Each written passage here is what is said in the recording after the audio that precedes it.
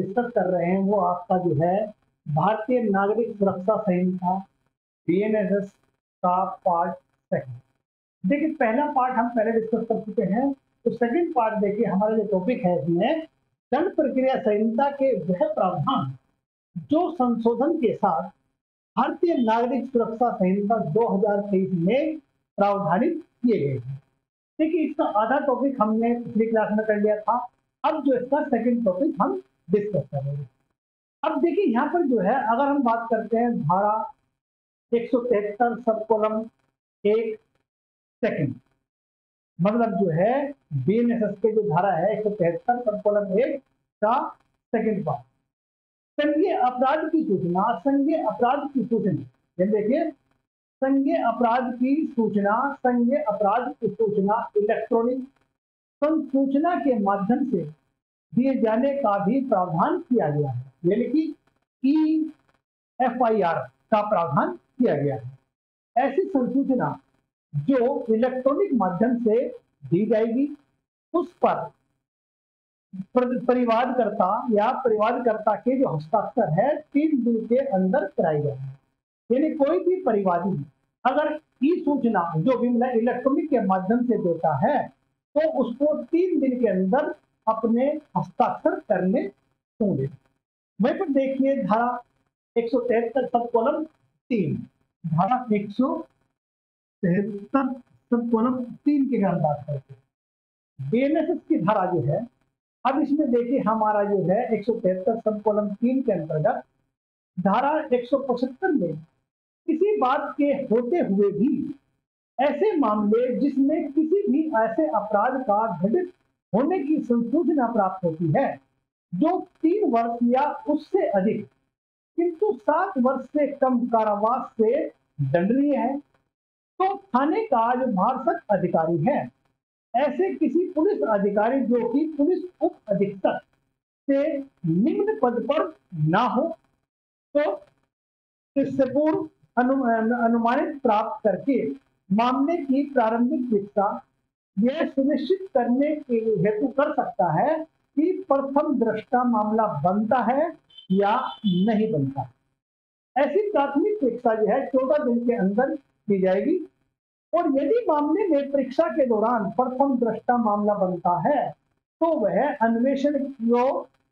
की अग्रेतर कार्रवाई के जाएगी या अग्रेतर कार्रवाई के लिए भेजा जाएगा। परीक्षा किसी भी अपराध की होगी, यह अपराध की गंभीरता और प्रकृति पर निर्भर करता है। तो ये देखिए हमारा जो है धारा जो प्रावधान का जो है धारा 100 मतलब जो है 73 देखिए बात करते हैं हम जो है उसके अंतर्गत ये बात रखी गई है। वहीं पर देखिए धारा 174 सब कॉलम 1-2, धारा 174 सब कॉलम 1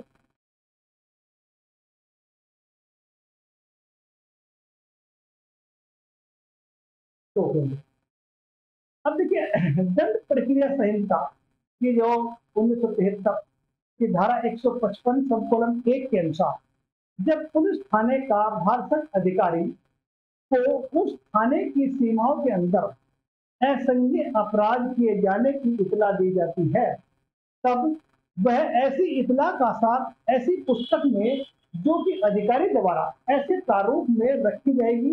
जो राज्य की सरकार नियमित बहित करे, यानी कि जो है प्रविष्टि करेगा या प्रविष्ट कराएगा, एंट्री कराएगा। यह इतना देने वाले को मजिस्ट्रेट के पास जाने का निर्देशित करेगा और भारतीय नागरिक सुरक्षा संहिता 2023 में धारा 174 सब कॉलम 1-2 के अनुसार थाने का जो भारसक अधिकारी है ऐसे मामले की परीक्षा दैनिक डायरी रिपोर्ट मजिस्ट्रेट को भेजेगा। ठीक है, ये देखिए हमारा 174 बात है। आगे बनता है सेक्शन हमारा 175 बीएनएस का 170। देखिए बीएनएस की जो धारा है, बीएनएसएस की जो धारा है भारतीय सुरक्षा संहिता की धारा मतलब 175 के अंतर्गत देखिए क्या है, संज्ञेय मामले में अन्वेषण में संज्ञेय मामले के अन्वेषण में पुलिस अधिकारी की शक्ति से संबंधित है। धारा 175 खंड 1 में प्रांतुक जोड़ा गया है जिसके अनुसार पुलिस अधीक्षक मामले की गंभीरता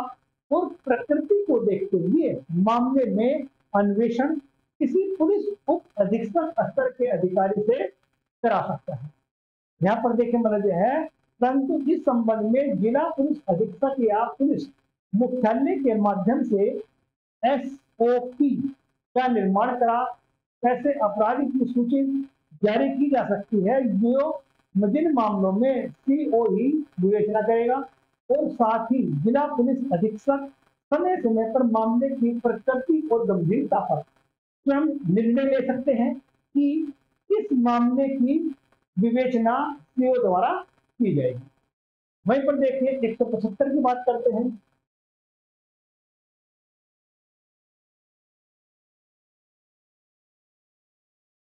एक सौ पचहत्तर में देखिए आपका देखिए है, संज्ञान के लिए ही सशक्त मजिस्ट्रेट किसी लोक सेवक के विरुद्ध उसके कर्तव्य के निर्वहन में किए गए किसी भी कृत्य के संबंध में परिवाद होने का अन्वेषण का आदेश दे सकता है, परंतु ऐसे आदेश देने के पूर्व मजिस्ट्रेट ऐसे लोक सेवक के वरिष्ठ अधिकारी द्वारा मामले से संबंधित तथ्यों और प्रस्तुति के संबंध में प्राप्त आख्यान और ऐसे लोक सेवक जिस पर आरोप है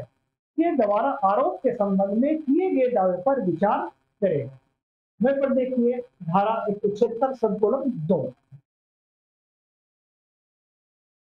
अब देखिए धारा 176 सबकोलम 2 के अंतर्गत है,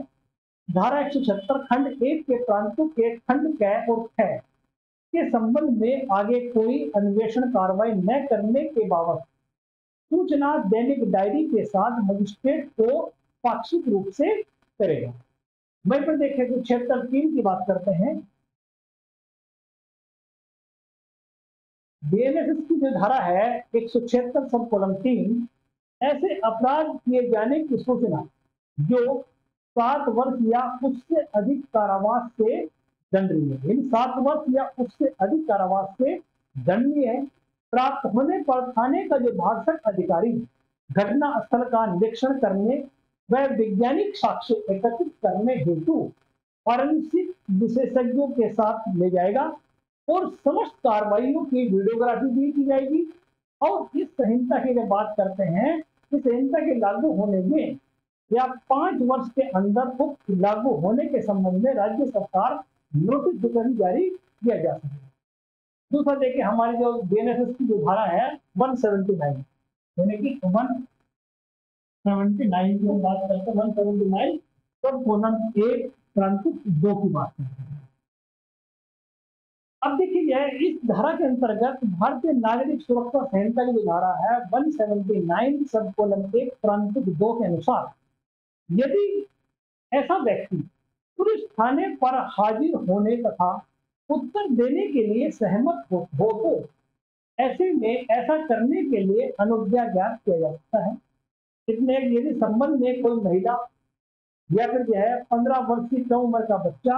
या फिर 60 वर्ष से अधिक उम्र का व्यक्ति स्वयं अपनी मर्जी से थाने में उपस्थित होकर बयान अभिलिखित करवाना चाहता है तो उनको लिखित सहमति दी जानी चाहिए। अब देखिए इसमें धारा 183, अब देखिए 183 के तहत जो है ये नई धारा जोड़ी गई है। इस नई संहिता के तहत महिलाओं से संबंधित अपराध के मामले में पीड़िता का बयान महिला मजिस्ट्रेट द्वारा अंकित किया जाएगा और यदि महिला मजिस्ट्रेट न होने पर पुरुष मजिस्ट्रेट द्वारा बयान अंकित किया जाता है तो किसी महिला की उपस्थिति में लिया जाएगा। 10 वर्ष या उससे अधिक कारावास या आजीवन कारावास या मृत्यु दंड से दंड के अपराध के मामले में पुलिस अधिकारी द्वारा है मजिस्ट्रेट के समक्ष लाए गए साक्षी का कथन मजिस्ट्रेट द्वारा लिखा जाएगा। वहीं पर देखिए धारा 185 185 की बात करते हैं। धारा 185 के अंतर्गत पुलिस अधिकारी द्वारा तलाशी पुलिस थाने के भाषक अधिकारी या अन्वेषण अधिकारी अन्वेषण के दौरान की जाने वाली तलाशी का मोबाइल फोन श्रव्य दृश्य इलेक्ट्रॉनिक साधनों के माध्यम से अभिलिखित की जा सकेगी। ऐसे अभिलेख की जो प्रक्रिया जो है तत्काल किंतु 48 घंटे के पश्चात न हो, निकटतम सक्षम मजिस्ट्रेट के पास भेज दी जाएगी और जिस स्थान की तलाशी ली गई है उसका स्वामी या अधियोगी के उस आवेदन पर प्रतिलिपि मजिस्ट्रेट द्वारा निःशुल्क दी जाएगी। ये देखिए 185 की बात हो रही है। वहीं पर धारा 187, 24 घंटे के अंदर अन्वेषण पूरा न हो सके तथा सब प्रक्रिया इस संबंध में कुछ महत्वपूर्ण संसाधन किए गए हैं। एक, पुलिस रिमांड के संबंध में 60 दिन या 90 दिन जैसी स्थिति हो, इसमें पहले 40 दिन या फिर 60 दिन के दौरान पुलिस रिमांड ली जा सकती है। पुलिस रिमांड कुल मिलाकर 15 दिन से अधिक नहीं होगी या फिर यह पूर्व में प्रथम 15 दिवस तक ही पुलिस रिमांड दिए जाने का प्रावधान है। अब वहीं पर देखिए डिफॉल्ट बेल के संबंध में एक मजिस्ट्रेट कुल मिलाकर 90 दिन से अधिक की अवधि के लिए निरोध प्राधिकृत नहीं करेगा और अन्वेषण ऐसे अपराध के संबंध में तो जो मृत्यु, आजीवन कारावास या फिर 10 वर्ष से अधिक या अधिक के लिए कारावास से दंडनीय है, तब अन्य अपराध या अपराध संबंध में 60 दिन से अधिक के लिए प्राधिकृत नहीं करेगा। देखिए नेक्स्ट है मतलब जो है 190 धारा जो है 193 सब कॉलम 2, 193 सब कॉलम 2। अब देखिए 193 के अंतर्गत यह है भारतीय न्याय संहिता 2023 की धारा 64, 65, 66, 64, 65, 66, 67, 68, 70, 71 के साथ पोक्सो अधिनियम की धारा 4, 6, 10 से संबंधित मामले में अन्वेषण की कार्रवाई 60 दिन में पूरी की जाएगी। ये हमारा अनुच्छेद मतलब सेक्शन 193 सब कॉलम 2 में प्रावधानित किया गया है। वहीं पर देखिए सेक्शन 193 सब कॉलम 1 भाग 193 सब कॉलम 1 यानी झा की बात है। अब इलेक्ट्रॉनिक नियुक्ति की दशा में अभिरक्षा में अनुक्रम या फिर कुछ है इलेक्ट्रॉनिक दस्तावेज उल्लेख आरोप पत्र किया जाएगा, यानी कि जो है इलेक्ट्रॉनिक नियुक्ति की दशा में अभिरक्षा के अनुक्रम से संबंधित है। नेक्स्ट है धारा 193 सब कॉलम 3(2) मामले के अन्वेषण में हुई प्रगति के संबंध में परिवादकर्ता पीड़ितों को 90 दिन के अंदर सूचना दी जाएगी। ये प्रोविजन जो है इस प्रोविजन के संबंध में अभिप्राय यह है कि 90 दिनों के अंदर विवेचना हुई प्रगति के संबंध में पीड़िता या फिर वादी को अवगत करा जाएगा। वहीं पर देखिए धारा 193 सब कॉलम 9, देखिए 193 सब कॉलम 9। अब देखिए यहाँ पर जो विचारण के दौरान किसी भी मामले में अग्रेतर अन्वेषण न्याय की अनुमति से ही प्राप्त किए जाएंगे और ऐसे अग्रेतर अन्वेषण अनुमति की तिथि से 90 दिन के अंदर पूरी की जाएगी और इस अवधि के विचारण न्याय की अनुमति से बढ़ाई जा सकती है। वहीं पर देखिए मतलब यह अगर हम बात करते हैं 193 की अनुमति प्राप्त होने के बाद देखिए मतलब यह है कुछ इसमें टिप्पणी रखी गई, जैसे अग्रेतर अन्वेषण के लिए संबंधित न्यायालय से अनुमति प्राप्त करनी होगी। अनुमति प्राप्त हेतु प्रार्थना पत्र ऐसे तथ्य इंगित करते होते ताकि न्यायालय को यह स्पष्ट हो जाए कि मामले में अग्रेतर विवेचना की आवश्यकता है। तीसरी बात क्या है, अनुमति प्राप्त होने पर अग्रिम विवेचना 90 दिनों में पूर्ण करनी होगी तथा न्यायालय से अधिक समय की अपेक्षा की जाएगी। वहीं पर देखिए सेक्शन 195 सब कॉलम 1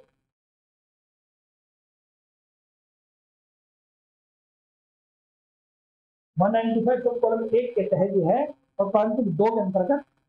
भारतीय नागरिक सुरक्षा संहिता की धारा 195 सब कॉलम 1 प्रांतिक 2 के अनुसार यदि ऐसा व्यक्ति यानी कि महिला 15 वर्ष से कम आयु का या फिर 60 वर्ष से अधिक आयु का व्यक्ति पुलिस थाने पर हाजिर होने तथा उत्तर देने के लिए सहमत हो तो ऐसे व्यक्ति को ऐसा करने के लिए अनुज्ञात किया जा सकता है। वहीं पर देखिए मतलब जो है इसको जो है सेक्शन 202। अब देखिए बीएनएसएस की जो धारा 202 के अंतर्गत है, यानी 202 में पत्र आदि के अतिरिक्त इलेक्ट्रॉनिक संसूचना के माध्यम से किए गए अपराध क्षेत्र अधिकार से संबंधित प्रावधान किए गए हैं। देखिए 230 बीएनएस की जो धारा है 230 के अंतर्गत देखिए आप जो है 230 में प्रावधान किया गया है कि संबंधित दस्तावेज को अभिव्यक्त के साथ साथ यानी अभियुक्त के साथ साथ पीड़िता या उसके अधिवक्ता को दी जाएगी। ठीक, इसमें धारा है 349 बीएनएस की धारा 349 नमूना हस्ताक्षर नमूना हस्तलेख के अतिरिक्त वॉइस सैंपल को भी सम्मिलित किया गया है। उसमें लिखित कारणों के आधार पर मजिस्ट्रेट किसी ऐसे व्यक्ति से गिरफ्तारी किए बिना नमूने हस्ताक्षर व नमूने हस्तलेख वॉइस सैंपल देने का आदेश कर सकते हैं। धारा 360 अब धारा 360 के अंतर्गत है वाद वापसी के मामले में वादी को सुना जाना आवश्यक है। 497 कुछ मामलों में विचारण लंबित रहने तक सम्मति की अभिरक्षा और बयान के लिए आदेश सम्मति के बयान किए जाने के दौरान संपूर्ण कार्रवाई की फोटोग्राफी वीडियोग्राफी की जाएगी। ये हमारा 497 कहते हैं।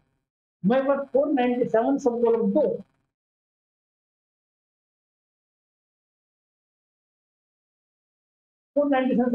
के तहत क्या रखा है, न्यायालय या मजिस्ट्रेट के समक्ष प्रस्तुत किए गए धारा 1 में निर्दिष्ट सम्पत्ति के प्रस्तुत किए जाने की तिथि से 14 दिन के अंदर न्यायालय या मजिस्ट्रेट द्वारा उक्त मामले का एक विवरण तैयार करेगा, जो ऐसे प्रारूप होगा जैसे कि राज्य सरकार नियमों द्वारा रहित है। ऐसी संपत्तियों का फोटोग्राफी वीडियोग्राफी की जाएगी जो साक्ष्य के उपयोग में लाया जाएगा। ऐसी संपत्तियों का विवरण फोटोग्राफी वीडियोग्राफी तैयार करने के पश्चात 30 दिन के अंदर ऐसी संपत्तियों का व्ययन का आदेश दिया जाएगा। देखिए जो है मैंने आज आपके साथ जो है दंड प्रक्रिया संहिता के वह प्रावधान जो संशोधन के साथ भारतीय नागरिक संहिता सुरक्षा 2003 में प्रावधानित किए गए हैं वो डिस्कस किए हैं। इसके अंतर्गत देखिए मैंने जो है 2 क्लास ली है। ये जो आज हमने पार्ट सेकंड डिस्कस किया इसमें इतना ही कुछ है, बाकी आगे फिर मिलेंगे। ओके।